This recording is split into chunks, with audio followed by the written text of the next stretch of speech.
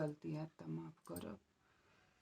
हंस चढ़ी शारदा भवानी एलिया जुआंगन है। हंस चढ़ी शारदा भवानी एलिया जुआंगन है। माई है पूजा चरण तोहार होए त घर आनंद है।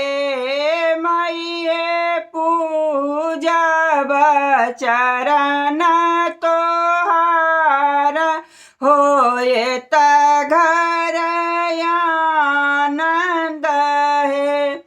भवल माघ मासई जरिया पंचमी सोहावन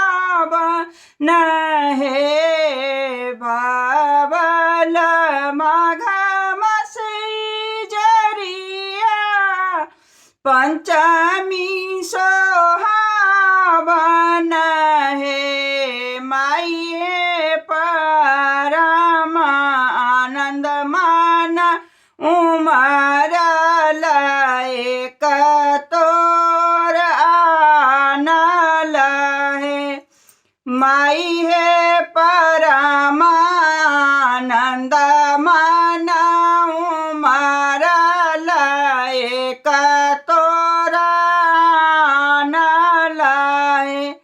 माई है पूजा चरण तोहार होए त घर आनंद है।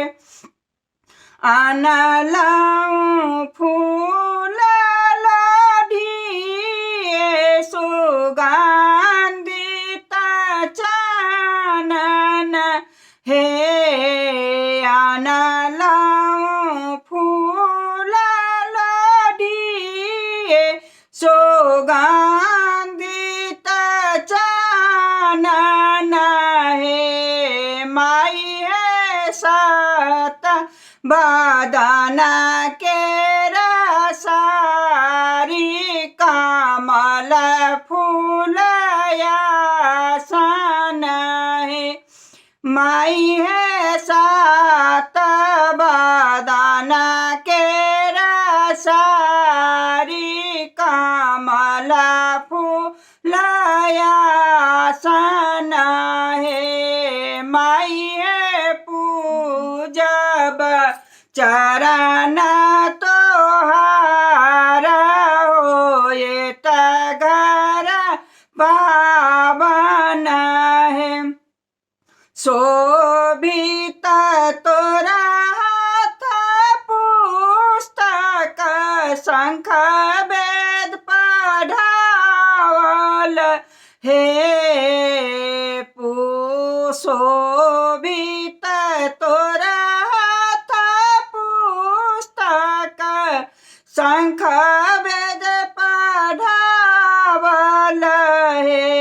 माई है विद्या के देवी ब्राह्मणी कते तोरा बहन है। माई है विद्या के देवी ब्राह्मणी कते तोरा बहन है।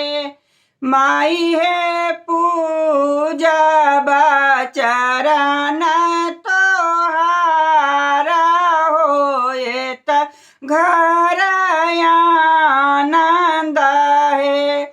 हंस चढ़ी शारदा भवानी एलिया जुआंगन है।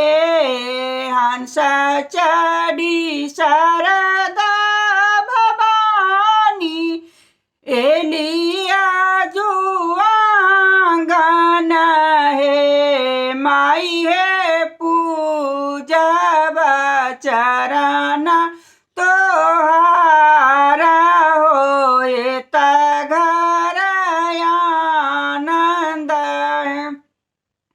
करत दुलरी तोहर बांधन भरल नीर नयन हे करत दुलरी तोहर बांधन भरल नीर नयन हे माई है भरल पोरल परिवार ठार भेल तोहर शरण हे माई है भरल पूरल मोरा परिवार ठार भेल तोर आंगन हे माई है पूजब शरण तोहार होए त घर आनंद हे माई है पूजब शरण तोहार होए त घर आनंद हे हंस चढ़ी शारदा भवानी लिया जुआंगन हे माई है पूजब शरण तोहार होए त घर आनंद हे माई है पूजब चरण